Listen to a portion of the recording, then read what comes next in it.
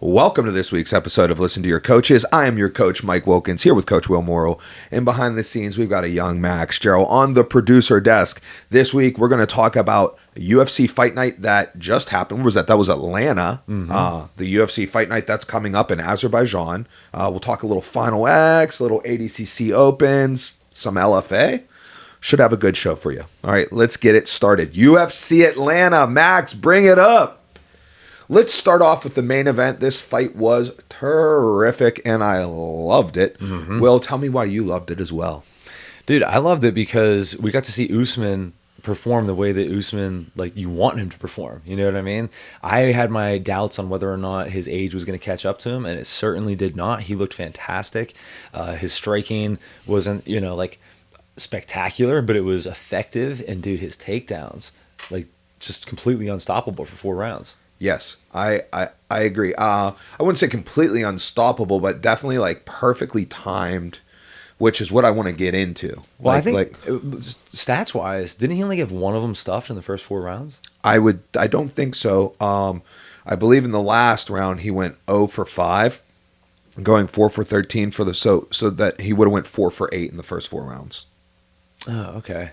See, if I'm remembering correctly, I'm trusting your memory on it over mine because I watched it at 1:30 in the morning and I while watched falling asleep. I watched it at 7 a.m. and it is currently record time 10 a.m. So I watched it 3 hours ago. All right, so that brings up another point. Let's jump into that. Dude, fights are starting too late, man. Way too late, bro. Start the fights. Main card 8 p.m. Eastern. That's your money spot. Maybe even earlier. That's your money spot. 8 p.m. Eastern. That's 5 p.m. Pacific, right? So when the fights are in Vegas, you know what I mean? You hit your prelims at 2 p.m., right? Your fights at 5 p.m. They're done by 8, 9, and then you get your money's worth in the after parties and things like that. And dude, and then we're done here on the East Coast before midnight, right? 8 p.m., 8:30, great start time, okay? A main card is roughly about the same length as an NFL game, right? Roughly, okay? We can agree on that, right? Primetime games, Sunday Night Football, Monday Night Football. They're 8:20 kickoffs. Right. Let's go, dude.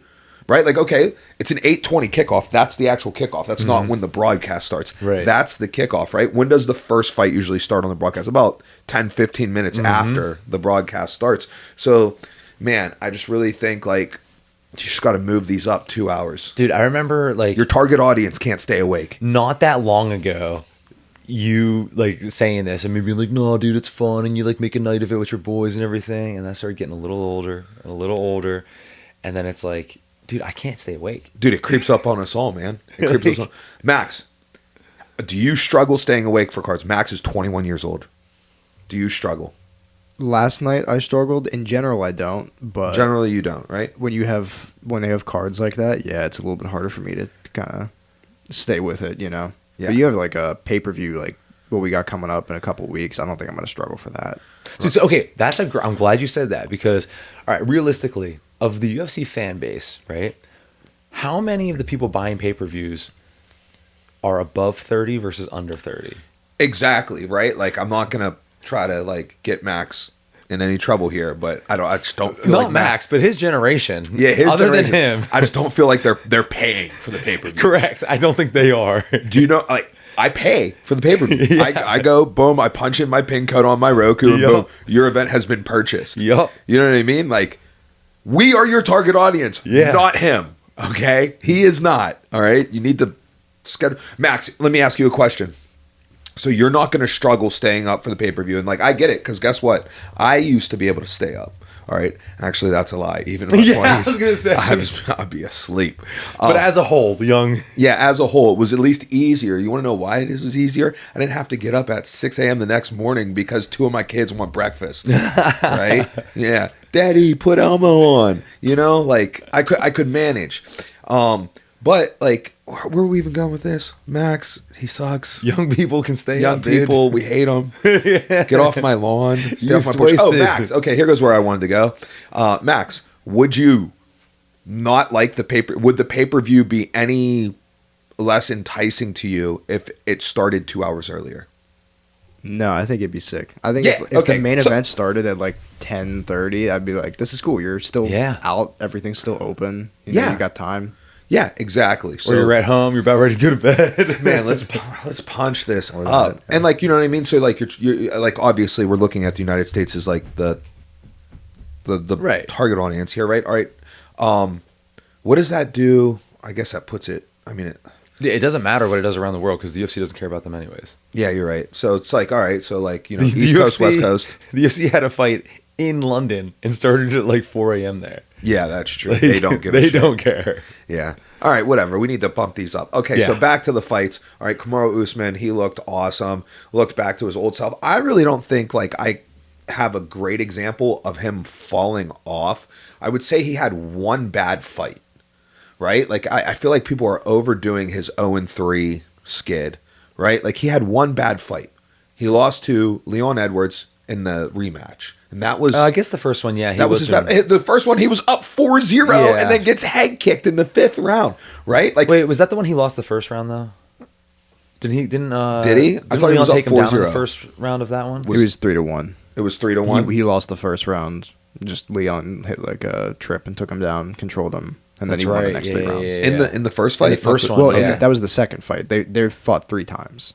You're thinking, yeah. Okay, so I'm talking title fights. Okay, right. His last 3 fights. So, all right. So, Kamaru Leon 2 was right. the Kamaru the champ. Yeah. Leon the challenger. Yeah. All right. So he was 3-1 going into that. So like, you know what I mean? Like it's not even a bad fight. Like he just gets head kick KO'd in the 5th, right? Like on his way to winning this fight. Yeah. Right. And then he has the fight that Leon beats him, and then he's got Chimaev, right? Who it's like up at 185 on short notice, and like if I remember correctly, like he didn't get like stomped on. It was like roughly competitive. Yeah, and dude, think about what Chimaev does to other guys who are like good. You know what I mean? Like, yeah, exactly. And like, so when have we seen Chimaev in like even like any like kind of like tough situations or like tough fights? Was it Gilbert Burns and Kamaru Usman? Yeah, right. But Burns was down. That fight was at 170. The Kamaru fight was up at 185. So I don't think he really fell off. But what did give me pause is that he is 38 years old, and we have been seeing the trend of people in that age range starting like that's like a significant decline there. And Buckley has been looking dynamite as of late. But man, Kamaru just like using a lot of like length in his strikes with terrific timing in his takedowns. And I would say the name of the game for rounds 1 through 4, specifically rounds 1 and 2 when Buckley had more pop, was Kamaru understood range better than Buckley. 100%. 100%. Yeah, dude. That's the fight right there. I mean, so Buckley outstruck him in the 5th round, right?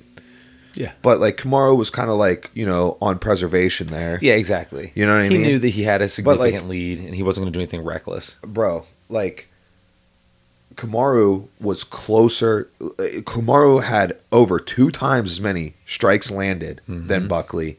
Closer, actually, to 3 times as many than 2 times. Yeah. Probably like 2.7 times as many, right? 137 strikes landed to 51 strikes landed. Yeah. You know what I mean? Now, granted, you know, a portion of those are ground and pound, but I mean, he was throwing good ground strikes. and pound. Good ground and pound.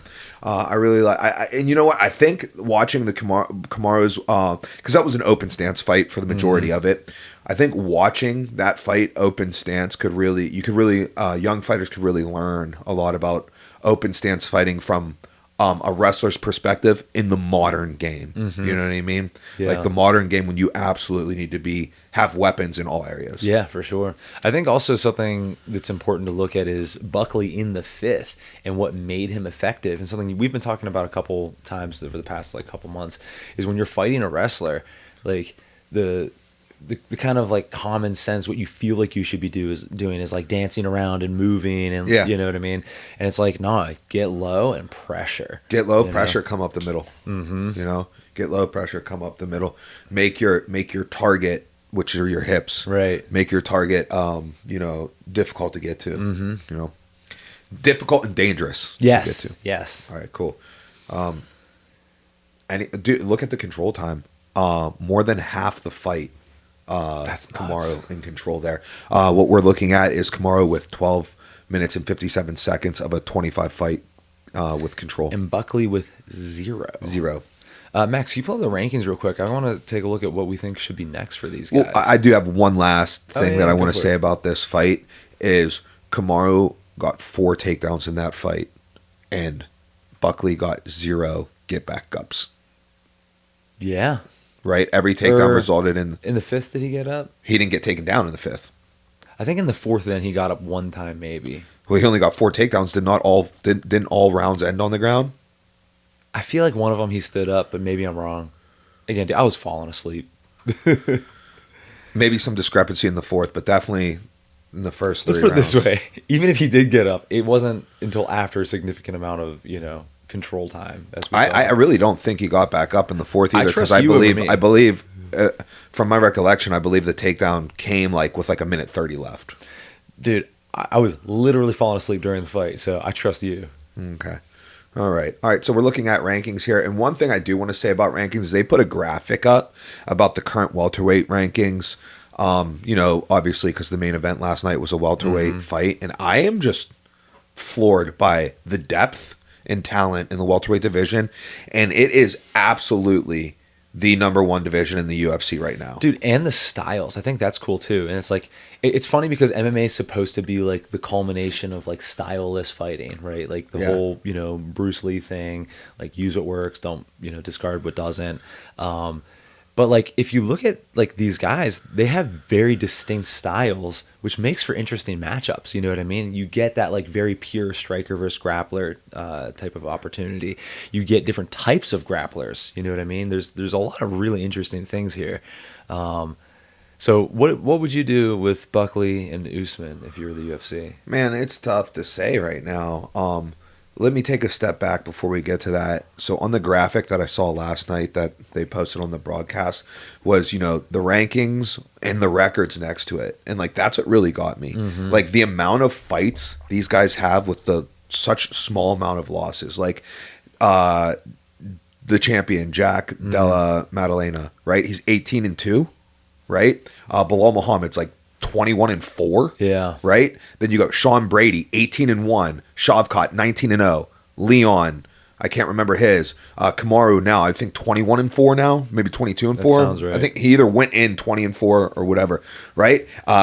Ian Machado Gary, 17-1, 18-1, something. Yeah, some insane you know stuff. what I mean? Very high wins to very low losses. And then you got right after Buckley, now I believe he's 21-7. So there's and also how many of those losses were at welterweight? I think it's 1. Right, exactly. And then Michael Morales, 18-0. Yeah. These are crazy records. Mm-hmm. These are crazy records. You don't see guys think about that. Look at the okay, so let's just go Jack Delameda or Jack JDM. JDM, Brady, Shavkat, and Ian Gary. All right, you've got 4 guys and Michael Morales. Right, you've got 5 guys in the top 10 of the division, half of the top 10. Right, and between them all, 2 losses, 1 loss, 4 losses between the 5 of them. That's nuts. 4 losses between the 5 of them. And how many wins? What is it? It's 18, 18 plus 18 plus 19 plus 17 plus 18. Bro. It's just under 60. It's more than 60. There's 5 of them, and each of them have more than 15 wins. Sorry, Yeah, each of them have more than 15 wins, right? So it's 72. Yeah, dude, they're that's 72-4 if you add all their records together. That was just not accurate math. That was just me throwing it out there. Closer than what I was thinking. But you know what I mean? When do you see something like that at the top of a division? Because normally at the top of the division they start cannibalizing each other. Right. And the head-to-heads that we have there, out of those, it's just Brady and Shavkat. Shavkat and Ian Gary. So we've got I'm sorry, because Brady fought Bilal. It's just Shavkat and Ian Gary. Those are the only head-to-heads that we have in those, really high, really crazy records that I mentioned. Now, what's also cool about welterweight is look at just outside of the top 10. There's a lot of interesting fighters there. Well, outside of the fighters. top 10, I think you have a distinct difference. I think once you get to Colby Covington, which is currently coming in at ranked 9th, meaning he's 10th because the champion has you get a significant drop off. There's okay, there's a different thing there. And to be honest with you, bro, I kind of think I would put Michael Morales above Buckley and then I think the drop off happens there, right? I would take Buckley out. So I think JDM, Bilal, Brady, Shavkat, Leon, Kamaru, Ian Gary, Michael Morales. Those 8 I think are different than what follows, which would be Buckley would lead that pack. Buckley, Colby, Gilbert, Jeff Neal, Stephen Thompson, Protez, Kevin Holland, Michael Venom Page. What's interesting about those guys, I agree with you 100% that there is a drop off there, but they all have like the possibility, you know what I mean, of like, oh, they could land that. Oh yeah. You know, and again, they're fun. Well, fighters. here goes a great thing. All right, so the UFC ranks 16 people per weight class, right? Champion, and then 1 through 15. Let's look at welterweight. Right now, my favorite division, definitely the most stacked division in my opinion right now. And here goes an example for it. And we can run this through other weight classes. Number 15 ranked Michael Venom Page. Could he possibly knock out Jack? Dude, you know what's crazy? Champ? Stylistically, he might have a better shot than a lot of these guys. But you know what I mean? Like, you know what I mean? Like, do you give another 15 a better shot versus the champ? Right? Okay. Dude, yeah, you're right. Alonzo Menafield versus Ankalaev. Yeah. Do you give him a better shot than MVP versus Jack? No. 0 chance. What about Abbas Magomedov versus DDP? No. Who's number 5? Joel Alvarez? I can't see that far. Yeah. Versus Islam? No. Nope. All right, let's run this up. We got Calvin Kattar versus Volkanovski. No. Sarukian's 15 now? That's pound for pound. Oh. My brother. All right. Vinicius Oliveira. This is bantamweight. Vinicius Oliveira versus Merab. No. Kaya Sakura versus Alexandre Pantoja. No. Okay. And then what? We got heavyweight. Okay, heavyweight. Hilarious. Oh, dude. Who is it? I can't see. Martin Boudet. Yeah, don't know who he is. Versus John Jones. No. You know what I mean? Like, yeah. That's crazy. Welterweight is so sick right now. Welterweight is so sick. And, you know, I don't hate that. But I've always loved that my division has typically been the deepest, most talented division. That's lightweight, right? But, brother, that torch has been passed. Yeah, welterweight's very fun right now. I'm a fan. Yeah, so what do you do with them? What do you do with Buckley? Who do you throw Buckley at next? Okay, who's already matched? That's what I was going to say. Let's so start with who's JDM's matched. going against Islam. All right, that's matched, right? I'm seeing a lot of back and forth between Brady and Gary. I'm seeing Gary want Bilal. I'm seeing Gary want Bilal, asking for Bilal instead. Interesting. Yeah, like that's the recent like interactions on social media is Gary calling out Bilal, Brady calling out Gary for being like, yo, we were supposed to fight. Right. What's your deal here? And then Gary rationalizing it by being like, Bilal's ranked number 1 and he beat you, so I want him. Which good way to argue your way out of it. Good way to argue your way out of it. But also he knows that Brady's the hard Then fight. he said, he was like, but I'll fight you. And Brady's like, okay, then let's good. do it. Then all right, thanks, let's go. Yeah. So I want to see Brady and Gary. So I don't know. I mean, we're assuming Shavkat's benched. Yeah. I mean, do you do Leon Usman 4? No. Yeah, I don't think so. Do you do Leon Buckley? I would like that. Yeah, dude. Do you do Buckley Morales? I don't think they want to give Buckley someone that high ranking, but dude, I think Leon Buckley is a very fun fight. All right, who's Usman fight? That's hard. It depends when Shavkat comes Usman back. Bilal. Oh, yeah. Yeah, let's go Usman Bilal. So JDM Islam. Bilal versus Usman. Brady versus Ian Gary. Shavkat's benched with injury. And then go Leon Buckley. Yeah, I like that. But then what do you do with Michael Morales? Because that dude's dynamite, bro. Yeah, and he didn't get hurt in his last fight, so he's probably ready to go. Maybe Michael Morales welcomes Shavkat back from injury. Yeah, maybe. I don't know if that's a good idea. But whatever. I mean, okay. Dude, that's all the matchmaker I have in That's me. an interesting fight, actually.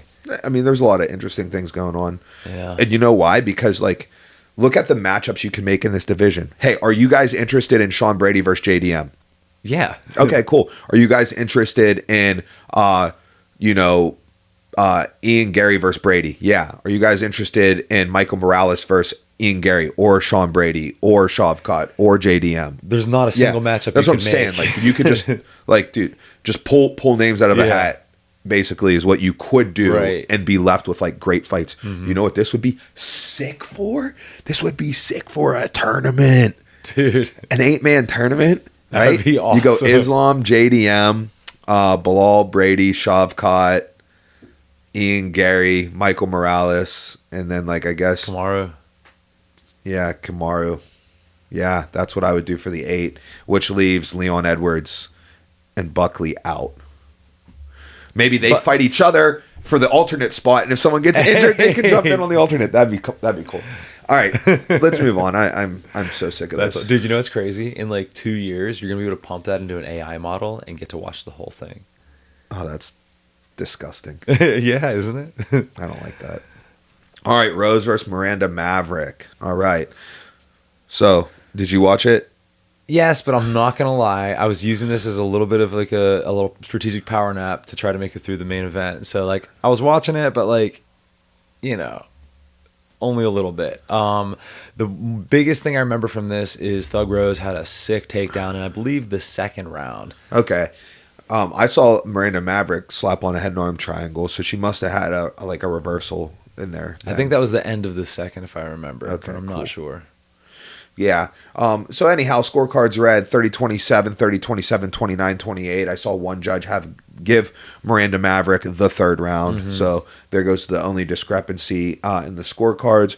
Rose with 2 takedowns and 4 attempts. Miranda, no takedowns, 2 attempts. However, she did accumulate 1:48 seconds of riding time, of control time, in which she did apply a head and arm triangle for a submission attempt. Miranda Maverick did outstrike Rose, 52-46. So basically, like, about the same. Similar. Yeah, very similar. Yeah, I think this was a good example of the Big Brother effect, which I feel like people who are fans of the sport but haven't trained maybe don't understand like how strong that is. But if you've trained with someone and they've gotten the better of you, it's really hard to then beat them in competition. very hard. Is it possible? Yes. And when it happens, it's incredible. But it's unlikely. Yeah, for sure. Yeah. All right, let's push. Oh, Edmund Shabazyan versus Andre Petroski. What were your thoughts? I was kind of in and out on it. I felt like Edmund was a little sharper. His cross came like a lot faster. So there was a lot of open stance in this fight as well. His cross was kind of coming in like a lot faster. He did get a knockdown. He outstruck, Andre 58-34. Decisive win. Andre couldn't get his takedowns. He did get 2, but it wasn't that enough. accumulated for only 23 seconds of control time, which reminds me of who was Andre's last fight against? It was it Paulo Costa by chance? I don't think so. No. I remember he was doing a lot of like really fancy stances. Was it Rodolfo Vieira? Rodolfo Vieira. Yeah. And he was getting takedowns, but he was not getting like much control after the takedown. Yeah, that's something. But I'm it was saying. like good like timing on like optics. That was an optic fight. And again, his stand up looked a lot more dynamic than it did here. He just, Right. Well, naturally so. Like, Rodolfo, Right. obviously, leads himself towards being a grappler, where Edmund is primarily a striker. All right, cool. Max, you got any thoughts on that fight? Because we're over here drowning.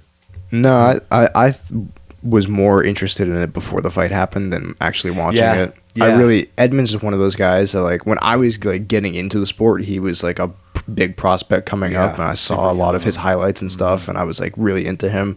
And it just sucks to see how he's kind of fallen off a little bit. I thought this was a really like he's struggled with grapplers in the past, and I kind of thought this was the UFC kind of teeing him up one, being like, this is a grappler, but you should be able to work your game here. And it was just kind of uninspiring, That dude, uninspiring. That's what I kept telling. I was watching with my wife while she was awake, and I was just like, these fights are just uninspiring, and that's exactly what this was. It was like, yeah, good win, but like, yeah. I'm not gonna like tell anyone like, dude, you got to go watch that fight. Right. All right, let's move. Cody Garbrandt versus, how do you say his name? Rayoni? Honey Barcelos. Yeah. Rayoni. Dude, I mean, this was it was a tight fight here. I think the story was, Rayoni winning some of the scrambles late in the first round. I really felt like Cody was like definitely handling him in the first round. 100%. And I still give the first round to Cody on my scorecard, but he did end the round on bottom, like through like a kind of like not he didn't get taken down. It was like a weird like It's just like a scramble that happened. tumbleweedy scramble. Yeah. It almost looked like that's the scramble where he looked like he was going to get in on like a like an ashi position. No, it like he was like in like a reverse triangle without an arm, but like the legs weren't locked. It was like a head scissors kind of deal. Yeah. It's just like such a huge Cody Garbrandt fan that like, like I'm probably watching a lot of these fights with like some Cody Garbrandt colored glasses, but like he's so dangerous. I mean, dude, dynamite in his hands. Dude, how about the speed he still has? The first like minute of the fight, he went out there and threw like 2 or 3 combos that were so fast, and it just fast. Like I was like, oh, he's back. You know? And then it just it started to get away from him. Barcelos had some really good moments where he was getting hit but still throwing back and probably landing the harder of the shots in certain exchanges. Yeah, this is one of those things where, again, it's like if you look at Garbrandt's record as of late, it doesn't look awesome. And he has had some bad losses. But, like, this wasn't a bad loss, in my opinion. It was like, it was competitive. Yeah, for sure. So, that's a bummer. Obviously, us being big Garbrandt fans, it's a bummer. But, yeah. It is what it is. Yep. Let's move. All right, so Bro. I watched are the you first guys round. aware of, like what did, like, the knockout in this fight? No. It was a headbutt. Okay, so here's what happened with me. I, at this point in the card, was getting kind of hungry. And I was like, all right, I got to figure out a time to, like, run down and get some food. So I watched the first round of this fight, and I was like, this is boring. It's not going to go well. I'm out. And then I come back, and it was like, stop it. Just like, oh, man, I missed it. Right. So, I mean, I was kind of, like, perusing this fight. This was, like, prime. This was when I jumped into the card, actually. But in the third round, okay, that's it crazy. Says decision. Yeah, look at that. Oh, was it an illegal headbutt? It was definitely an incidental. Or sorry, headbutt. incidental. So then they went to the judges' scorecards. Okay. Yeah, I think that must be what they did. Because why do they have scorecards up there? Yeah, exactly. Man, there goes to show you how much I was paying attention. But hey, at least I knew it was a headbutt. So in the third round, dude, Cody Brundage comes out crazy. He's like, "Let's go, all gas!" Boom, boom, boom, boom. And then Mansour answers, and they end up clashing into each other like through like an aggressive combination. And there's a clash of heads in which Brundage drops, and then Mansour like finishes TKO style, right? And then I guess they go to the video review, and they're like, "Oh, it was caused by a clash of heads," which luckily still the correct fighter won, and it didn't end up being a no contest. It was 100% purely incidental. Right. They just crashed into each other. But, the right fighter won there. Not a finish on his record. It's like I don't know how to feel about that. I guess that's fine, dude. After that first round, he deserves the decision. Yeah. So. This is okay. fun. No, I was off on that. We might as well just let's keep moving. Paul Craig. Let's talk about the Paul Craig Rodolfo Bellato fight. All right, so I did not see this. All I saw was like gifs of the alleged. So Paul Craig is in his most dangerous position. He's on his back. Yeah. Bellato is like on top. He's standing. He gets down to his knees, and he's starting to stand back up.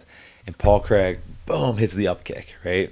And at first, Bellato's like he like falls back like a little. He's still up, but he like gets pushed back a little bit, and he looks at the ref like, what? Like that's illegal. Yeah, like and then mentions and then passes out. Right. Yeah. Now there's a couple things here. I didn't watch it a million times, and again, I watched this like as it happened, but it looked like the kick hit like here. Yeah, on what I saw, like it looks like it glances off the shoulder. Now, so, go ahead. Here's the thing. I do have questions. You can. We're gonna. There's a lot of speculation here, and we're gonna, have our own opinions and everything. But just so everyone is aware, who maybe hasn't been hit like this, or seen someone get hit like this, it is possible to get hit in the body and have that shake your head and get a concussion. Yeah, for sure. That is super, super legit. That it does happen.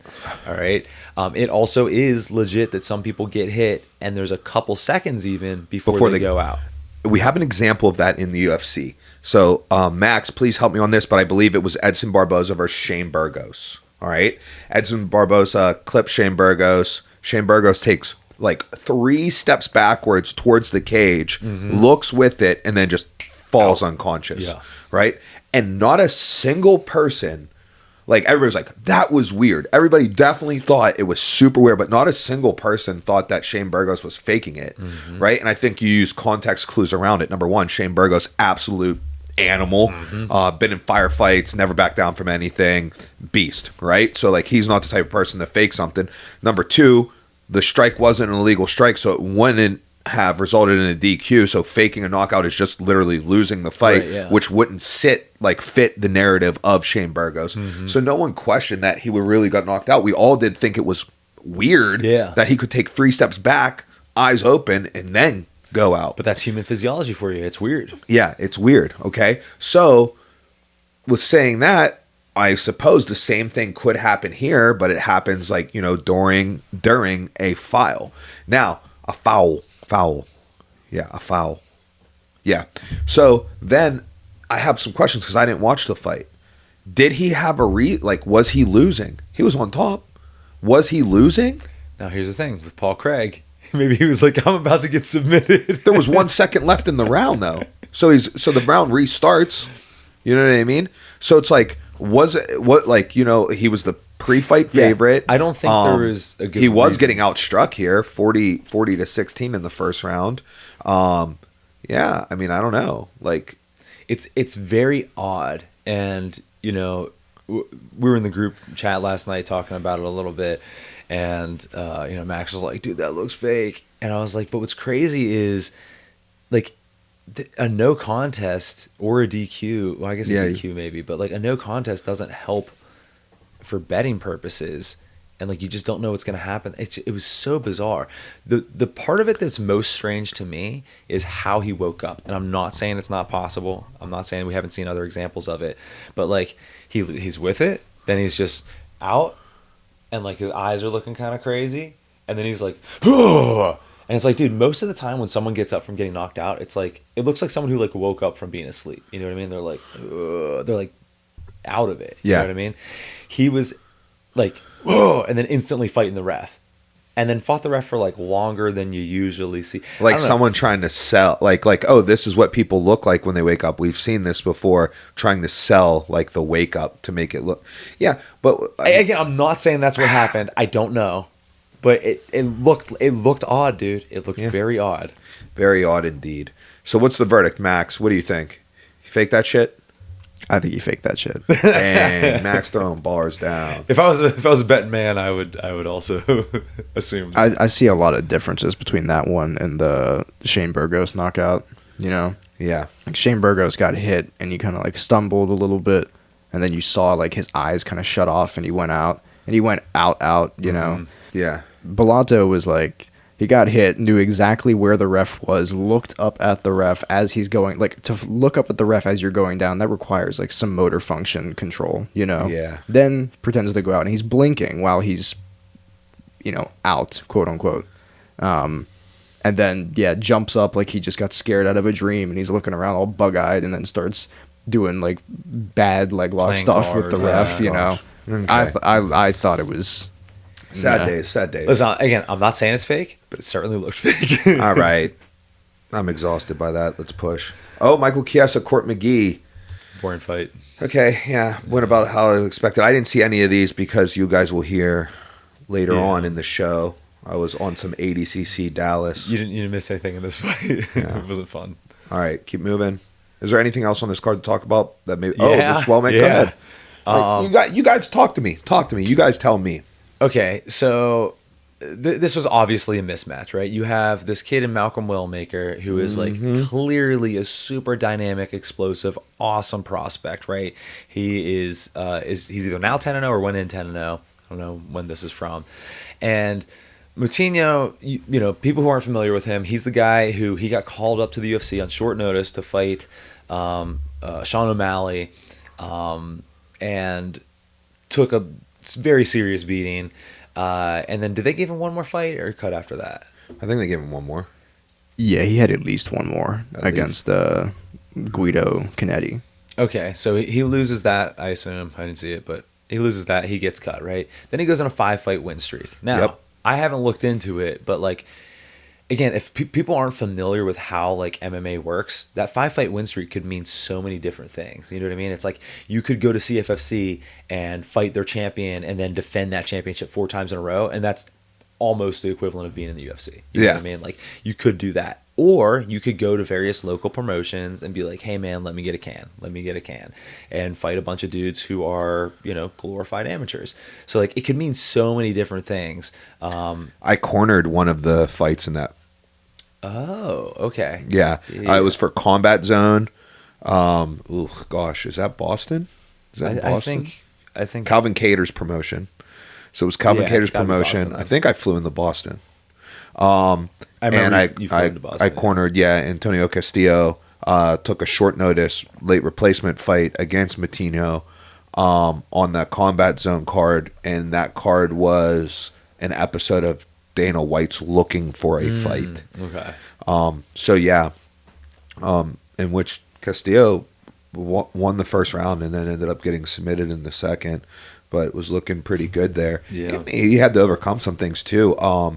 Like, I can't remember where the connection was. I want to say it was in like JFK, like flew to JFK, then the Boston or something along those lines. There was, it was a snowstorm, and the second flight got canceled, so they rented. There were no cars to rent. They rented a U-Haul and drove a U-Haul from wherever the connection was to Boston to weigh-ins. Dude, that's nuts. Yeah, it was pretty crazy. That's wild. You know, But yeah. when Moutinho was on that 5-fight win streak, he also fought Elijah Harris, who Justin Patton beat a couple months ago. Oh, for 247. okay. Gotcha. Yeah. Interesting. I remember seeing that when I was looking at his record at one point, and he lost to Moutinho on Moutinho's run outside the UFC. Oh, So interesting. outside the UFC, Couple Moutinho was able to beat a lot of these guys. You know? Connections. Interesting. Well, either way, he gets called back. I believe this was short notice, correct? Against Wellmaker. You know, it's just like, I don't think this is fair matchmaking. I think the odds reflected that. My one hope was that Moutinho could potentially hang on. Mike, I know you're very invested in the LTYC 20 unit bet. I'm fully out. Thing, but Fully out, 0 units. I threw a Thanks flyer. to Patchy Mix. I threw a flyer on Moutinho's toughness, making it a Wellmaker decision. The odds on that were, you know, decent. It unfortunately did not pan out. Yeah, man, basically he started getting pieced up, and then dude, Wellmaker's kicks looked awesome. Yeah. Really fast, really crisp, and that's more or less what led to the finish. I don't know if he really bid on it, but basically Wellmaker, standing ortho, throws a rear kick feint, and then steps down with a right hook that put him out. It was absolutely beautiful. Yeah, I mean, who knows what the limit is for Wellmaker? He could very easily become a title threat in the next couple of years. Yeah. You all right? No, my elbow is like messed up. We're gonna have to talk about it after the pod. Oh, dude. All right, get me to that flyweight fight. Jiu-jitsu. Where's that flyweight fight that we were talking Dude, about? This guy's good. This guy's really good. Jose Ochoa.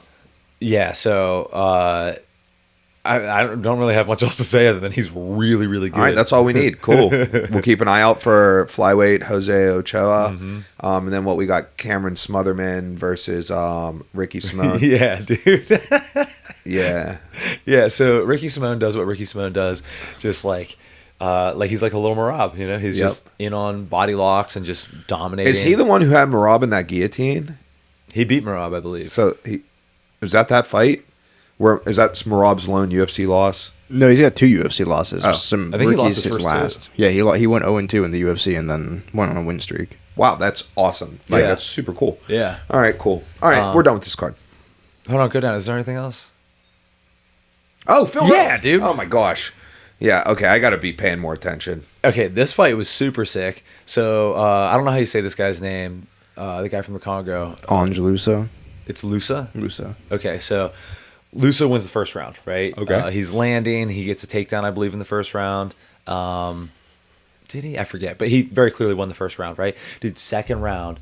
And also, it's not just that he won. Phil didn't look like he was, like, on. You know what I mean? He was just a little slow, a little, whatever.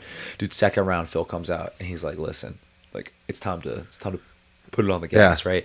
He starts landing, and it's just snowballing. He's just starting to go downhill. He like maybe has loose a hurt a little bit, and then boom, he gets cracked. Then he gets taken down. No. And probably gives up the round. Right? So you're saying he's going in the third down 2-0. Probably. You never know, but Right. probably, Understood. Dude, so then third round. I saw the finish. Yeah. I saw the finish. More of the same. He just starts putting it on. And yeah, he got that big finish, man. It was super sick. Something interesting about Phil Rowe that I didn't know before this, all of his victories are by finish. Whoa. Isn't that nuts? That is cool. Yeah. So that's very cool. You guys know I'm a fan of lanky welterweights, so Yeah, you are. let's keep it going. All right on. And then we had a women's flyweight fight. Vanessa Demopoulos dropped a decision to Jamie Lynn Horth. I saw the last round of that. Horth looked good. Yeah. Right on. All right, cool. All right. So what do we do next, guys? Do we talk UFC Fight Night Azerbaijan? Yeah, I don't And think then it was we'll that get into much. like our picks and stuff? Yeah. Okay. All right. UFC Fight Night Azerbaijan, the main event. Jamal Hill versus Khalil Roundtree. That is a really good main event. Yes, it is. I'm excited for this. What is airtime for this card? I think it's Main like card 3 starts PM. at 3 p.m. I think so. on Saturday, June the 21st. That's clutch because we'll like just We'll be get home. have gotten home at like probably hopefully like noon.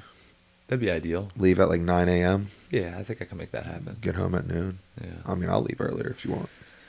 Depends how much celebrating we do. How rough I'm I feeling. plan to celebrate. Well, But you know us. We be celebrating sometimes and still go to sleep at yeah, midnight. that's a good point, dude. We're We're like, not in oh, our dude. 20s anymore. Go hit the tables, play a little Spanish 21, go get some steak and eggs. That's what last time we were at the Salamanca for the LFA, we were cornering Luke Martin. Now, granted, he was the first fight of the night. So, like, we had a lot of, like, party time. We actually, like, we watched the fights as yeah. if we were, like, people. Yeah, exactly. And stuff. We're drinking and stuff. Yeah. Hit the tables for a brief bit, went got steak and eggs. It was like, let's go to sleep. Yeah, dude, it was great. Yeah, I think we should be able to watch this. Yeah, we'll be fine. Anyways, back to the fights. Dude, let's go Khalil. He's got this. Yeah, I'm going to go Khalil. I mean, obviously Jamal has big power, but like, dude, Khalil's so good. Yeah, no, I'm going Khalil. Yeah. Going Khalil. I think this Significant fight, strikes landed per minute, though? 7.05 for Jamal. Is that like, that does that look, has to be like one of the highest in the UFC. Is there an outlier fight that made that? That is bizarre. Look at that. That's crazy. What is Did he going have- on here? Max, can you check his record? Was there a fight where he just like, The only fight I can think of to be an outlier would be him and Glover, because he did land a lot on Glover when they fought. that's what you need to get a, significant strike percentage. Well, here goes like the other that. thing. How many short fights does he have? How many like 1 minute fights? Does he have a bunch of those that I'm not thinking of? That like, you know what I mean? Like it's like, oh, I Yeah. landed 12 strikes and this fight only lasted 1 minute.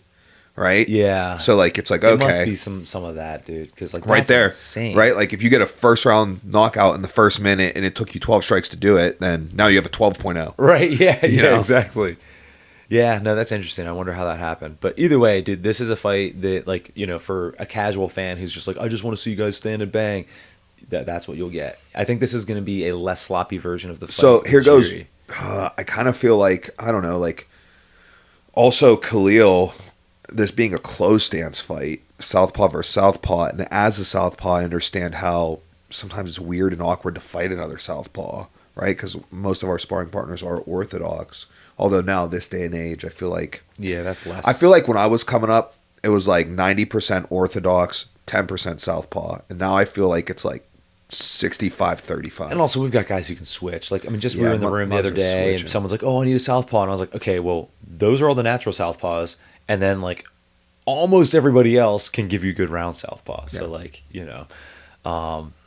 dude, here's the thing, Khalil. I don't know how much you know about Khalil's training, but he's been working with a guy named Christian Knowles. Are you familiar with Christian Knowles? I'm not. Christian Knowles is Haggerty's striking coach.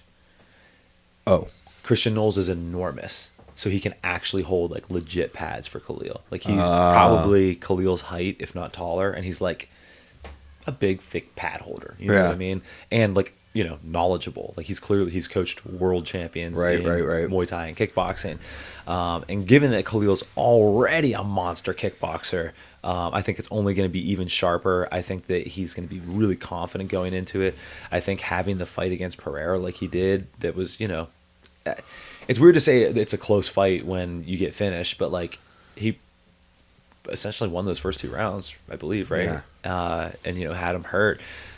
Yeah, man, I got to say this is going to be a really fun fight. Yeah, I'm excited for it. All right, next. Oh, Fiziev. The Azerbaijani connection. Fiziev versus Ignacio Bahamondes. Wow. Dude, I think Bahamondes. Small favorite. Rafael Fiziev, small favorite here. Dude, isn't it funny how... Dude, we got a freaking 7-inch height disparity and a 4-inch reach disparity. Dude, okay, well, hold on. Before we get into the fight, isn't it funny how whenever someone's a foreigner and you watch MMA, you'll start saying H's for R's? Yeah. And then I was like, and you're like, oh, no. Yeah. I've done that so many times. Yeah, dude, Fiziev did not look great against Gaethje. I thought he was gonna like be way faster, have like significantly better striking. So maybe it was just my anticipation of his, you know, skill set. But I think that who did we watch Bahamondes fight last fight? Because I remember like was it Joel being like, Alvarez? Holy smokes! Yeah, tall versus tall. It was Jalen Turner. That's it. Yeah, he's the one that retired Jalen. I thought that was more Jalen losing it than Bahamondes looking good, if I'm being honest. But, okay, who you taking? Dude, honestly, now that I remember that fight, I'm kind of thinking of both of them in a similar light now, where it's like they didn't perform the way that I expected them to. I'm going tall. We're going Bahamondes. Okay. I'm taking Fiziev. I'm taking Bahamondes and Khalil Roundtree. Max, who'd you have in the main? Khalil. I think we all got Khalil. All right. Oh, Curtis Blaydes. Ooh. I don't know. Oh, that's what's his name? This is the one that got rescheduled like 3 times. Wait a minute. How do we know this Russian guy? He's just coming off the Contender Series. Didn't we look at his record before? Yeah, because this is like a weird anomaly fight that's been scheduled. Right. Okay, no, I'm remembering this guy now. I don't know, man. I don't know. I think we said Blaydes because we were like, how come we never heard of this dude before? Isn't that the conclusion we came to before? Yeah, I'm just gonna stick with it. I don't want to break this fight down again. Yeah, let's go Blaydes. Blaydes. Max? Yeah, I think we all got Blaydes. All right, I think you've already like broken what there is to break down about this fight like 2 times before. Yeah. Dude, that's hilarious. I've already forgotten. The 3rd time it's been scheduled. Yeah. All right. I don't think there's much of anything else. We don't care about. Oh no, that guy Orobai's. He was in that crazy fight. You guys remember that? He took with all that Rebecca. damage. Yeah. Also, Nadzim Sidikov versus Nicholas Moda. Oh Nazim, yeah. He's that Azerbaijani kid. Yeah, he's Azerbaijani. We met him at LFA. Vermont's fight. Watched him fight, therefore after, and he looked really good. Awesome. Who did he fight last? Because there was something weird with it. He was not winning. Oh, it was one of the brothers, Bonfim, right? It's the little Bonfim brother, yeah. Yeah. He was losing, and then he pulled out. Was it a question mark kick or like a crescent kick? Yeah, it was a question mark kick. Yeah, that's right. Yep. Yeah, like messed up something with Bonfim's eye, and he was like doing all this weird like stuff with the doctor, and they ended up calling it. Yep, that's right. Okay, keep going down just in case something sticks out to me. Dude, I'm actually like low key kind of excited for this now. No. Yeah, is that main? Where's prelim start? Is that main card? Right here. Oh, okay, cool. So yeah, the main card, I like it. Keep going. Nothing's jumping. Wow, dude, a lot of international fighters. I mean, not surprising at all, but like it's just like kind of cool to see that. Habib's flyweight right there. Tagir Ulanbekov. Oh, dude, this is gonna be a fun card. Dude, look the older Kazakh he's fighting, Azat Maxim's 17-1. That's a 16-2 versus 17-1. And is it the younger Usman brother or older Usman brother? I want to say he's younger. Then who? Kamaru. That's his brother? Yeah, dude. The heavyweight. I think he's younger but bigger. I think that's how it goes. Yeah. He's not as good as his brother. Yeah. Yeah.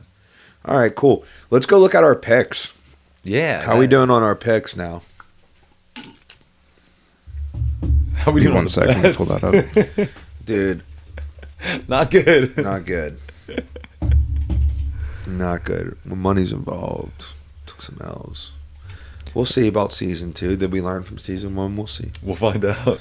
I'm out of season 1, so I don't care. This is running real slow for me. Just give me a second. It's okay. So we'll cover some dead air time. Let's go ahead. Speaking of Nazim and meeting him up at the LFA, let's talk about the LFA. So while we get our picks up coming up here, we have some internet lagging things going on. We do have fights coming up Friday night. Yeah. We have Farman Hassanov and Lucas Siebert both fighting in the LFA. Mm-hmm. Both undefeated professional fighters. Are they both? Is Farman 3-0 or 4? They might both be 4-0. I can't feel like remember. Farman's 3-0. Yeah, Farman's 3-0, Yeah. Lucas 4-0. But yeah, both got fights coming up this Friday. Mm-hmm. LFA. I believe LFA runs their prelims potentially on YouTube Live. I think so. Yeah, they might do. Yeah, I'm pretty sure LFA runs their prelims on YouTube Live. And from the card that I saw, I believe Farman will be the headline of the prelims. Mm-hmm. And also from the card that I saw, Lucas should be kicking off the main card. So his we're fight back will to be back. on UFC Fight Pass from what I saw. Oh, Now, okay. here goes what I did notice in the past. Sometimes they don't have the prelims in order, right? In case someone has to be dark carded. Right. So, like, occasionally, what will happen if, like, they don't get through the prelims in time for the hard start for, like, the televised UFC Fight Pass card, they will push a prelim to the end of the show. Which dude? Which they will not have that be the primary prelim. So there's a chance that, like, they put Farman not last to avoid him being dark carded. To avoid. Okay, yeah. I was going to say, dude, if he ends up being that would Yeah. that would be brutal. We'd be asleep. Yeah, dude. Yeah. So, you know, we'll have a fun night of fights. Yeah, that's gonna be really there. sick. Yeah, it's gonna be good. I believe tickets are still available. It's if you're a Pittsburgh local listening, it's in Salamanca, New York. It's Not about far. 3 hours away.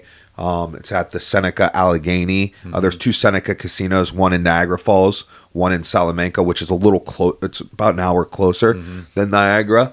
Yeah, so it's there. It's going to be fun. It's a good venue, great place. We were there last August with Luke Martin. We shared a locker room with Glover Teixeira and Alex Pereira. Alex Pereira. Yeah, a lot of good times. And it's a good LFA right now, I'd say, is probably the primary feeder to the UFC right now. I'd say in my era, it was CFFC. And, you know, they kind of go back and forth on that. But it seems like LFA has been really pushing. LFA does a little bit more traveling. Yeah. CFFC certainly has regional. cards. Like CFFC just recently had a card in Fargo, North Dakota, I believe. Just like last week. Oh. Yeah. One of the Dakotas. And then they have a card coming up in Tampa in July. And they've had cards in California in the past. But they definitely, I would say, like the bulk majority of CFFC's cards happen in Philly, Atlantic City, which Right. basically they're an hour apart from each other. Every time I fought for the CFFC, it's been in Atlantic City for 3 and then Philly for 1. And we've cornered CFFC several times in Philly and then also in Atlantic City. So yeah, but yeah, the LFA, they're all over the place. They're in South Dakota. I can't like they're just all over Everywhere. the place. Yeah. So a lot more traveling. So maybe it gives them a little bit bigger of a pull. Yeah. Yeah, at the moment. All right, so we've got our fight picks up. Are those records updated, Max? Yeah, everything's updated right now. All right, so currently on the scoreboard. So this past weekend we made 4 picks. Max and myself both went 2-2. Will went 1-3. And what we saw happen here was now we have Max in third place with a 41-40 record. Is that 41-40? We all have one draw. What fight was that draw? I don't know. I want to say it was a Jimmy Crute fight that went to either a draw or no contest. Yeah, something like that. So there's Oh yeah. I am in second place. What's my 40 45, 36, and 1. 45, 36-1, and Will's still in first place, 47-34-1. So Will holding a 2-fight lead against your boy, Max. Just getting smashed. Getting smashed up, 4 behind me, 6 behind Will. But it's okay. Guess what, guys? We're not halfway through the year. That's one thing I need to say, is we're not halfway through the year yet. You know, July 1st is our halfway mark. Which you had explained to me on the last pod. I actually looked it up while you were explaining it, and I think it's July 2nd. Oh, well, I mean, Yeah. if we go month to month. So The funny part is I was a month off because I was like, aren't we about halfway already? And I was like, no. No, We just got halfway. to the semantics of it, and I was like, I'm just going to see if I can get the exact numbers on this. But so, do with that what you will. As far as month perspective goes, it's, June and July. Mark that half mark. And this week, we all got Roundtree. I have Bahamondes, Max. Not Fiziev. One of these days. We all have Blaydes. So, either me and Will, we cannot separate from each other, but Max can either gain one or lose one based on the Bahamondes and Rafael Fiziev fight. Bro, we need to get Max to go through all of the LTYC episodes of all time and just make a large compilation clip of you calling pronouncing people's names wrong. Who am I pronouncing wrong? Bahamondes. There's an N in there. Bahamondes? That you're ignoring. Yeah. Bahamondes. Listen. I still don't. Oh, you can't read it? Okay. I can't see. That's right. Look how small that is. I mean, I can read it just fine, but... Yeah. It's like when you cheat on your eye test and you're like, that looks like a G, that looks like a B. Never done that. Wow. Can't imagine. Max has. I didn't realize how... I don't cheat on it, though. I mean, they're trying to make my eyes better. Why would I cheat on that? Because you have to have 40/20 vision naturally to fight in Pennsylvania. Oh, yeah. No, I cheat on that one. Yeah. Dude, you know, the moment I realized I had, like, exceptional vision is I was in high school and I was waiting for the bus, right? And I'm, like, in Oakland. Like, there's a ton of people at the bus stop. And I see a bus, like, you know, however far down.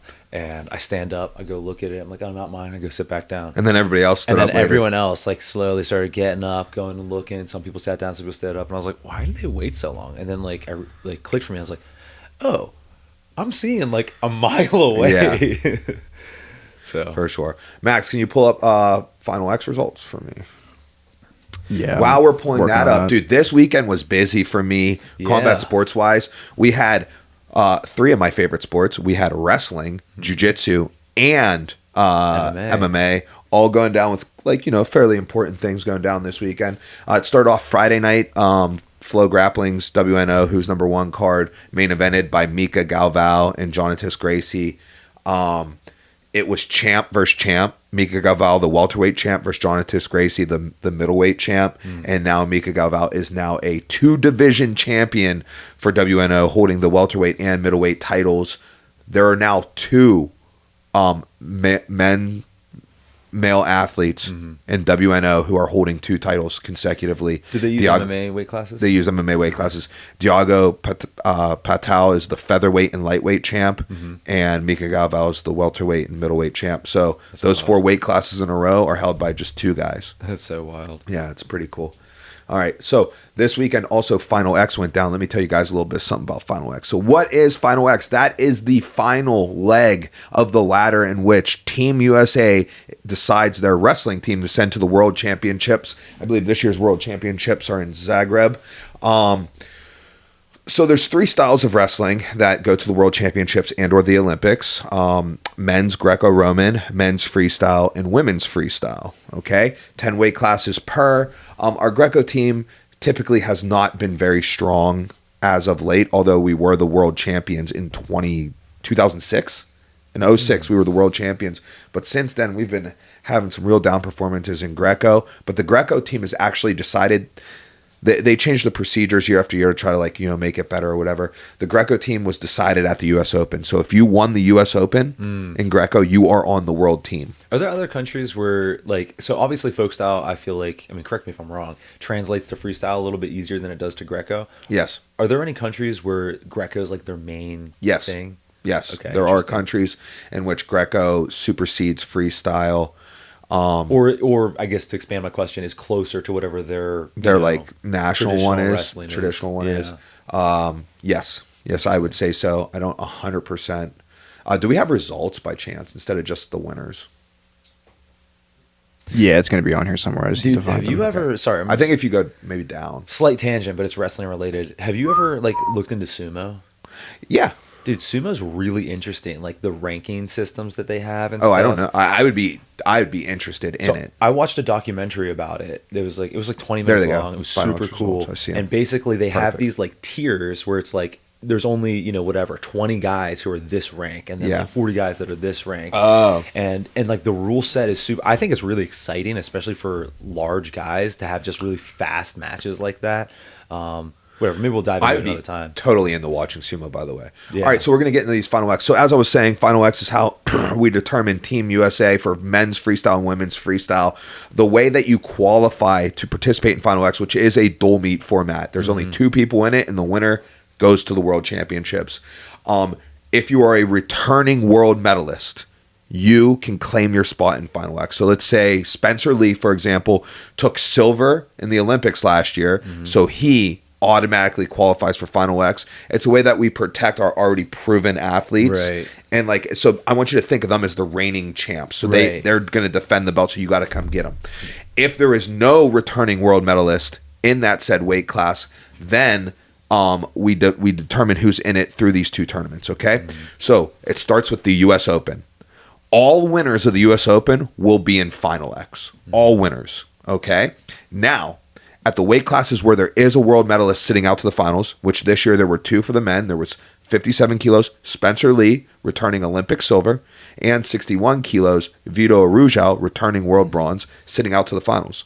So they would wrestle the winner of the US Open in Final X, all right? But then we have the other 8 weight classes. We've got those US Open champions also in Final X. So who do they wrestle, as there is no returning medalists at those weights? There is returning medalists at those weights. They all either A, retired, or B, changed weights, so they elected not to take their spot, right? Like a lot of people, Kyle Dake moved up. Aaron Brooks is taking the year off for a surgery. David Taylor retired. And if you move up, I assume you just have to go through the whole you system. have to go through. Yeah, you're not the returning medalist at that weight. Right. So at any weight that does not have a returning medalist sitting out in the finals waiting, we have a world team trial, so a second tournament. And the winner of that tournament will take the second slot in Final X. And the Final X just went down Saturday, and it is a best 2 out of 3. You run your first round matches at 2 p.m. Then you run your second round matches at 5 p.m. And then if there's need for a third match, if you guys split those 2 matches, well then the third match goes immediately after the 5 p.m. matches conclude. Scroll down for me, Max, so I can just get some results. I would like to start with the women's world team, if possible. Dude, that's so cool about like grappling sports, how you can run so many matches like that, and that's what you get. What's the league you told me about where it's a 1-week season? Oh, the PGF. Dude, that's so cool. Yeah, which actually the PGF is making some changes. They're making it like a 3-month season where you go for like a few days in June and then a few days in July or something. It's like something like that. I don't either, but it seems pretty cool. I need more information on it. Okay, so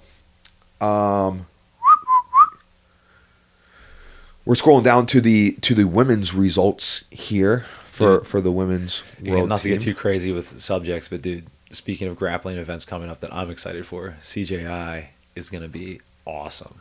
Yeah, it's going to be cool. We're probably going to dive really deep. We're definitely going to have into some this. episodes where we go deep on that. Just know I'm getting excited for it. Yeah. Man, I don't know if we're going to get these results here. Max, if you look at the side there and you see how far down you are on this page, it's like, dude, this thing is a telephone book. You know what would make this go so much faster? If I had, here we go. All right. So, okay. We're going to start. Max, you're passing it up. Max, have you ever seen a physical telephone book? Yeah, I've seen them. Okay, now you're passing them up again. I got him distracted. I'm sorry. You need to articulate that this You know thing what? is running super slow. Let's just forget right it. Let's just forget. Like, we might not do this segment. Max, you're going to have to edit this out. Okay. All right, you know what? I'm going to run you guys off my memory. So I'm going to start with the men's Final X because they ran simultaneously as the women's Final X. So at 57 kilograms for the United States, we had Spencer Lee versus Luke Lillidahl. Spencer Lee won both the first and second matches, as was expected, as the returning Olympic silver medalist, and also The returning Olympic gold medalist is out for the season, Ray Higuchi. They also had a very competitive match, so you could see that going either way. Luke Lillidahl, true freshman for Penn State, took third at the NCAA championships, but has been an age-level phenom for freestyle wrestling, making 4 world finals in a row. 2 U17 and 2 U20. He is 19 years old still, so he was U20 eligible, but he forego that for this senior level match. At U17s, his first year, he took silver, second year gold. At U20s, first year silver, second year gold. All right, so highly credentialed. In fact, he was ranked 6th in the world coming into this match, with Spencer being ranked 2nd. All right, so like good contested match. Spencer very handily took both matches. At 61 kilograms, we have a delayed wrestle-off. Returning world medalist Vito Arujau coming off an injury, kind of messed up his training cycle. And what the United States does, if you are a returning world medalist, you have some procedures that you can follow where you can get your wrestle-off delayed. All right, that is only available for returning world medalists. I have mixed feelings on that. I think that should be available for anybody wrestling in the Final X. Not just somebody who has a returning world medalist, and we'll see how that's kind of biting Team USA in the ass when we talk about the women's matches. Max, all you care about is getting to the women's matches, because I know the men's matches. You want to use my phone for this? Oh, yeah. That way you can see all of it? Yeah. Ooh, nice. Okay. All right. So now we're up to 65 kilograms. We've got Joey McKenna versus Real Woods. Joey McKenna is a veteran. He's been a staple. He was an Olympic trials finalist. He has not yet to make a senior level world team. Real Woods wrestled at Stanford and Iowa, currently wrestling at the Cliff Keen Wrestling Club, which is Ann Arbor, Michigan. Yeah. How do you spell that dude's name? RealWoods. Sick. Real Woods. So Real Woods, coming into this, he had only wrestled 12 freestyle matches in his entire life. He didn't wrestle freestyle growing up. He actually is a huge MMA prospect. Izzy Martinez. He's John Jones' wrestling coach. Oh, okay. All those dudes. Yeah. So that's Real Woods' coach. And there was actually some speculation. I don't know exactly how authentic it was that Real Woods was going to forego college to fight MMA. But then he went to Stanford, graduated from Stanford, still had some eligibility left, transferred to Iowa, finished his eligibility there. He was an NCAA finalist. Now on his first year on the senior circuit, takes out Joey McKenna in 2 tightly contested matches. Super exciting matches though. But it's crazy that he is now on a senior world team, having wrestled only 14 freestyle matches in his career. So nuts. That is crazy. With that being said, it's not super, super crazy because like a lot of his folk style would translate to freestyle. Right. 70 kilograms. This was a crazy one. This was the only weight class in which we had them go 3 matches. All right. First match, we got my man, Yanni Diakomahalis. So it's Yanni Diakomahalis versus PJ Duke. Yanni Diakomahalis, 4-time NCAA champ, only one of 7 to ever do it. Wrestled for Cornell. A world silver medalist 2 years ago at 65 kilos. Okay, he's up at 70 now. What am I saying here? Dude, he's probably one of my favorite freestylers to watch. He's got such a unique style. And would you argue, he's got a very foreign style. Would you say that's like one of the most competitive weight classes? Yeah, in the world. Yeah. The world. Like we tend not to do as well on the world stage at 65 kilos and 70 kilos. It just seems like the world's really good there. Yeah, but at other weight classes, he's taking on PJ Duke. PJ Duke, a high school senior who will be going to Penn State next year, right? We're going to talk some high school stuff here. Oh, back to 61 kilos, the wrestle-off that's delayed. That will be wrestled between world bronze medalist Vito Arujau and high school junior Jax Forrest. That'll be held July 14th because he got to delay the wrestle-off due to injury, which we'll talk about again later. So at 70 kilos, Yanni comes out, first match, attacks him 10-0. Like, smooth, clean as a whistle. Second match comes out, he's up 9-4, and I feel like he starts to try to do some, like... Get some highlights. Like, freestyle-specific type things. Clip farming, as the potentially, kids might say. Potentially. The other crazy thing that they have is they're both New York guys, and PJ Duke was super tight friends with Yanni Diakomahalis' youngest brother. I believe his name's Elijah Diakomahalis. Oh, so... dude. Yeah, this would be like me wrestling like one of AJ's friends. Yeah, you know. Yeah. So anyhow, match just gets away from him. Gets 4-pointed like twice, and like the match just gets away from him. He loses the second match after handling it for the majority of it and handling him for the first match. Third match comes out 2-0 lead. Boom, gets taken down. It's 2-2, but gets taken down to his back, and he gets pinned. We have a high schooler on the world team. Dude. Rising Penn State freshman, PJ Duke, now has made the U20 world team, the U23 world team, and the senior world team all this year. Dude, that's nuts. Pretty insane. 74 kilograms. We have Mitchell Messenbrink, your 165-pound NCAA champion from Penn State, taking on David Carr. Mitchell Messenbrink is 55-1 in his NCAA career. He's an NCAA runner-up as a freshman, NCAA champ as a sophomore heading into his junior year. Who's that one loss against? David Carr. All right. Mitchell Messenbrink had avenged that loss at the U.S. Open, which is how he got to Final X by tech falling David Carr. Okay, here we come. So they're 1-1 now. One in folk style, one in freestyle, but 1-1 nonetheless. Hey. Here we come into the best of 3 series. David Carr takes it 2-0. Just speed's too much to handle here on his counterattacks, wrestling a very strategic match.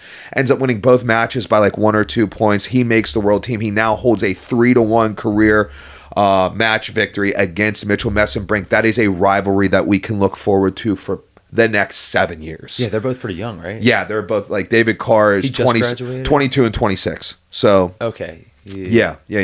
At 79 kilos, we have Penn State rising senior Levi Haynes, only 21 years old going into senior year. That's something you don't see a lot in wrestling. Mm-hmm.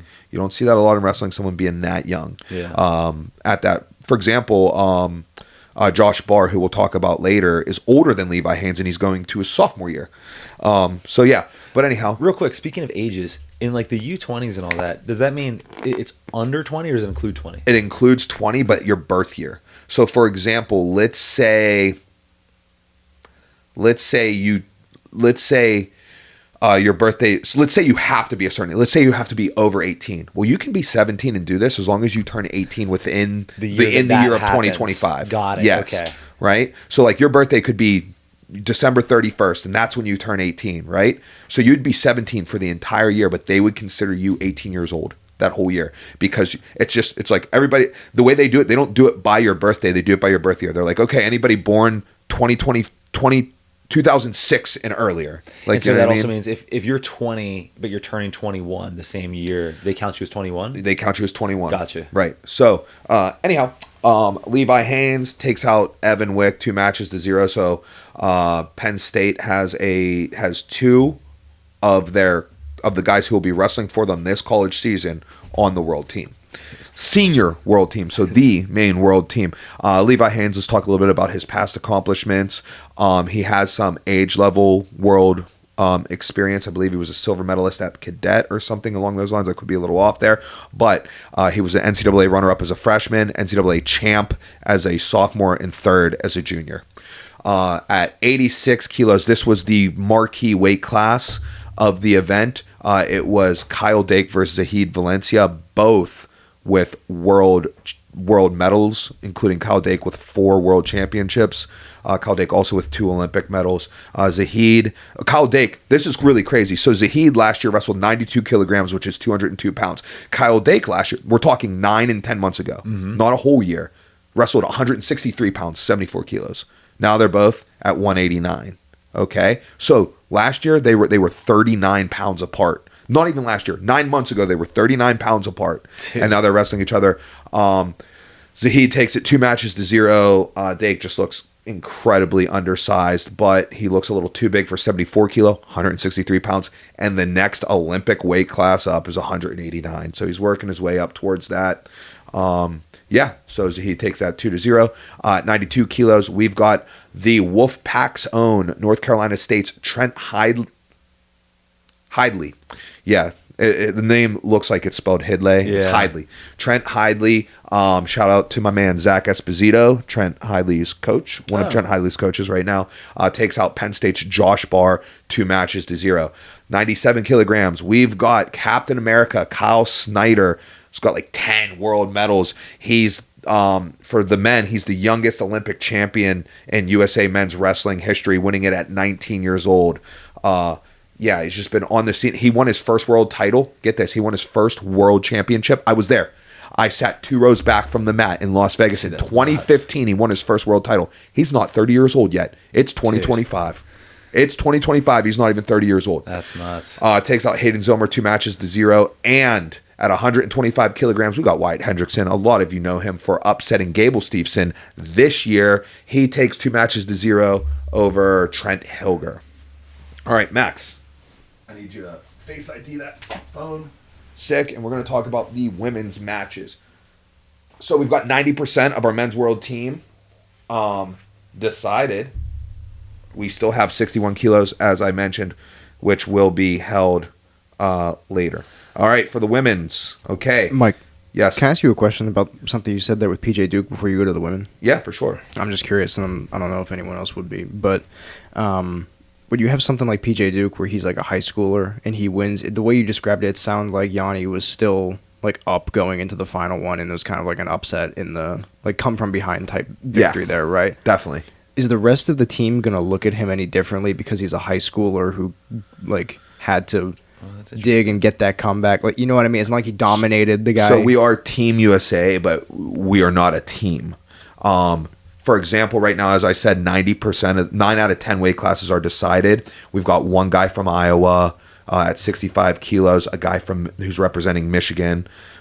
These are like the colleges. So most of these guys are associated with a college, like the RTCs that you wrestle for, like Nittany Lion Wrestling Club. That's Penn State, right? But you're not in college anymore, so you're not Penn State. You're Cowboy Wrestling Club. That's Oklahoma State, right? So we've got an Iowa Hawkeye Wrestling Club guy. We've got a Cliff Keen Wrestling guy. I'm just going to go by colleges because it's going to be easier for you guys. Iowa, Michigan, and then PJ Duke would be Penn State. 74 Iowa State. 79 Penn State again. 86 Oklahoma State. He wrestled at Arizona State, but he's wrestling for Oklahoma State for the Cowboy RTC now. 92 North Carolina State. 97 Penn State. He wrestled at Ohio State, and then heavyweight Oklahoma State. So it's like training with. They'll continue to train with their prospective teams. They will do an acclimation camp all together. Like it's like, let's say these are in Azerbaijan, right? They'll go over there earlier or somewhere in that time zone earlier to acclimate, and that's when they'll be together as a team. But even when they're there as a team, Bill Zadek, who is the coach, the USA coach, he will be there, but they will all also have their personal coaches there, and they will bring a training partner. So they will not train with each other, like hands-on, even with each other there.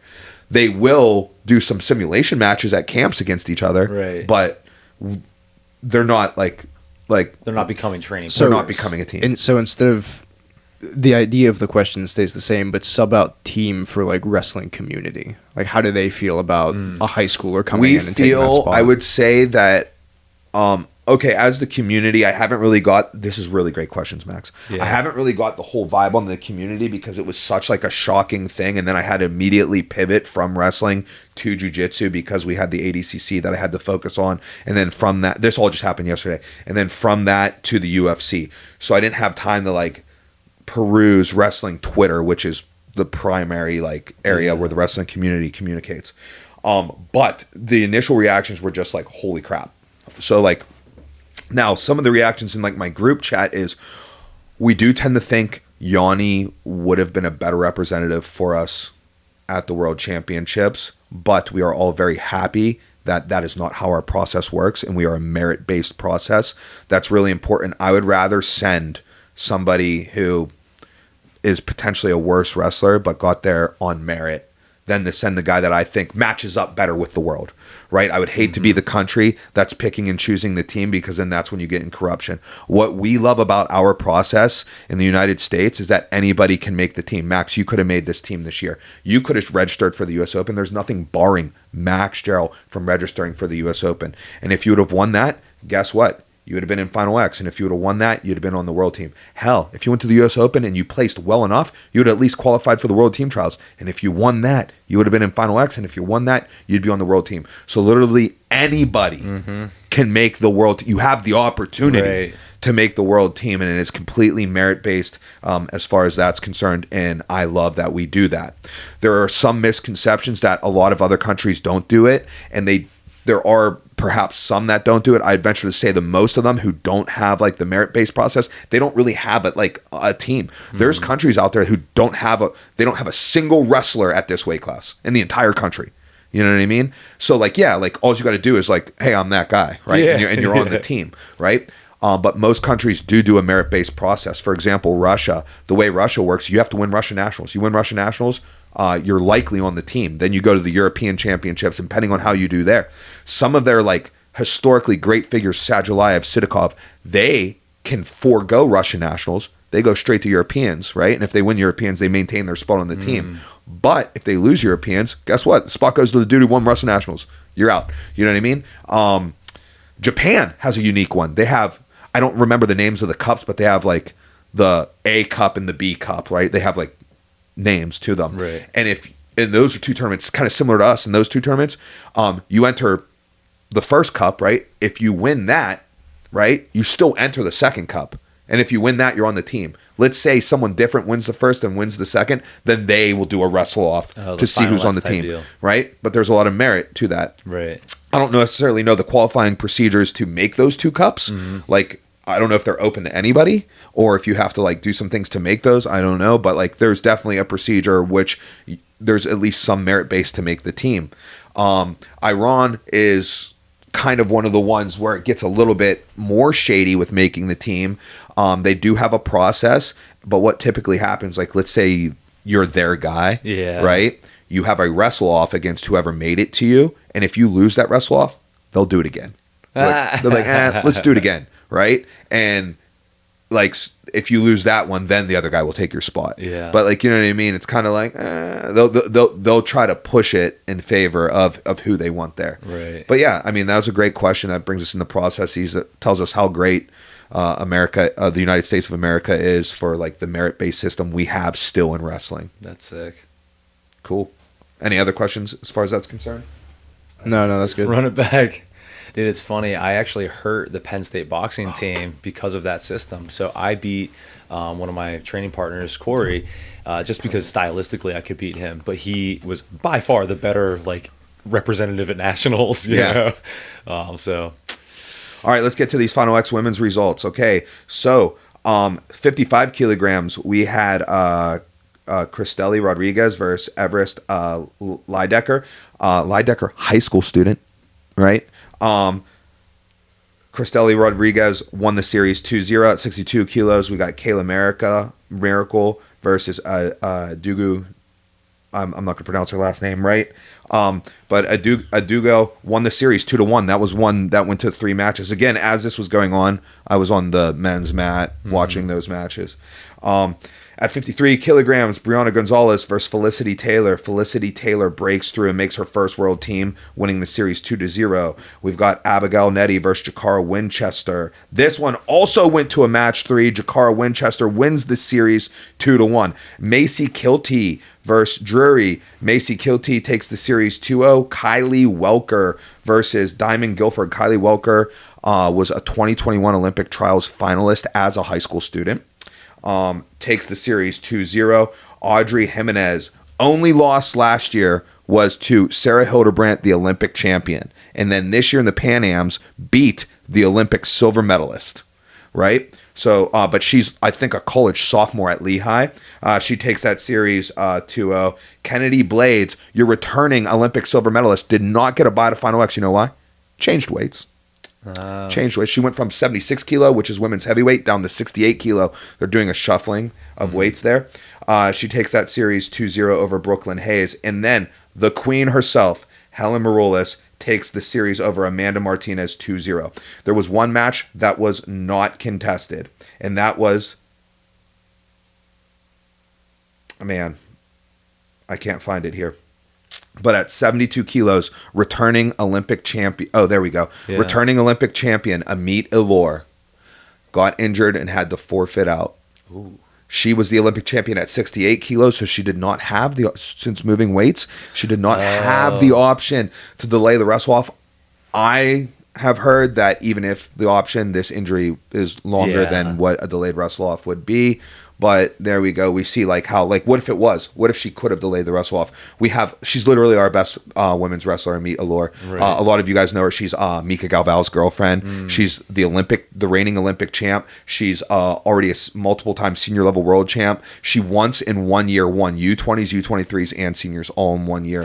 Dude. And like she's got all that, and I think she's 21 years old. That's insane. Right? She was too young to wrestle at the Olympic trials in 2021. So that tells me that in 2021, she was 17 for that whole year. She didn't turn 18 until 2022 then. That means 19 in 2023, 20. Yeah. She's either 20 or 21 right now and already has unbelievable accolades. That's wild. But unfortunately, she's out for this year. So that's Final X. Those are our world teams. We still have one spot to decide. That's the 61 kilograms for the men's. That'll be held between Vitor Rujao and Jax Forrest, July 14th in Fargo, North Dakota. All right, cool. Sick. Here, Max, catch his phone. Give Max his phone back. All right. Any questions? Dude. Boys, comments, concerns? That was awesome. All right. That's wrestling. Doing my duty on making sure that makes it onto the podcast. Very important to me. All right. So the last thing that I want to talk about today, ADCC Dallas. We had our very own Claire Butterfield down there competing in the women's advanced division, the 60 kilogram division. She had a really good showing. She didn't get necessarily all the results she wanted, but we saw a lot of good things that we need to work on, right? So we could take away a lot of good like takeaways from it, particularly front headlock offense. When we call it short offense, when you are in a front headlock, not the one who has the front headlock, that's going to be an area of focus. But something that I'm happy to report on, an area that has been a focus, which has been her wrestling. She had 5 matches. She got 4 takedowns. One in each of the match. There was only one match she didn't get a takedown in. And you know, she took 4th. In the 60 kilogram division. She had two submissions. She had a knee bar, and she had a vicious Kimura that I'll show you the footage of it. I'm pretty sure it's a torn shoulder in there. So yeah, and Claire, you know, as sweet as can be, probably felt pretty bad afterwards. Did not want to tear it, but I mean, like, this is the pro division of high level of jiu-jitsu. So I mean, you're gonna rip that. Hey, submissions work. Why? Because they break things. Yeah, dude. You know, so you know, great performance by Claire, going all the way to Dallas to get this competition experience in. And guess what? She's back at it next Saturday. She's in Detroit competing next Saturday. Sick. And then we're going to come up with a plan on competition to prepare for East Coast Trials, No-Gi Pans, and No-Gi Worlds, which are going to be the premier events for her in this 2025 season. That's awesome. Yes. Guys, you got anything else you want to add to the pod before we close this up? I think that's it, man. All right on, man. Great episode today. Hope you guys enjoyed. Hit our socials up. We've got a TikTok. I've never seen it. I'll never see it. Instagram, Facebook, Twitter. The artist formerly known as Twitter. X, the artist formerly known as Twitter. When I think I told this, like, in the group chat, when someone says, like, an article from Twitter in the wrestling group chat, it says, a link from X, formerly known as Twitter. That's how Siri reads it. I love it. So funny. Yeah. Check out our store, buy our merch. You can get this nice little hat here, some t-shirts, some crew necks, things of that nature. Help feed young Max, Gerald here. And yeah, that's it. And we'll catch you next time. We're out.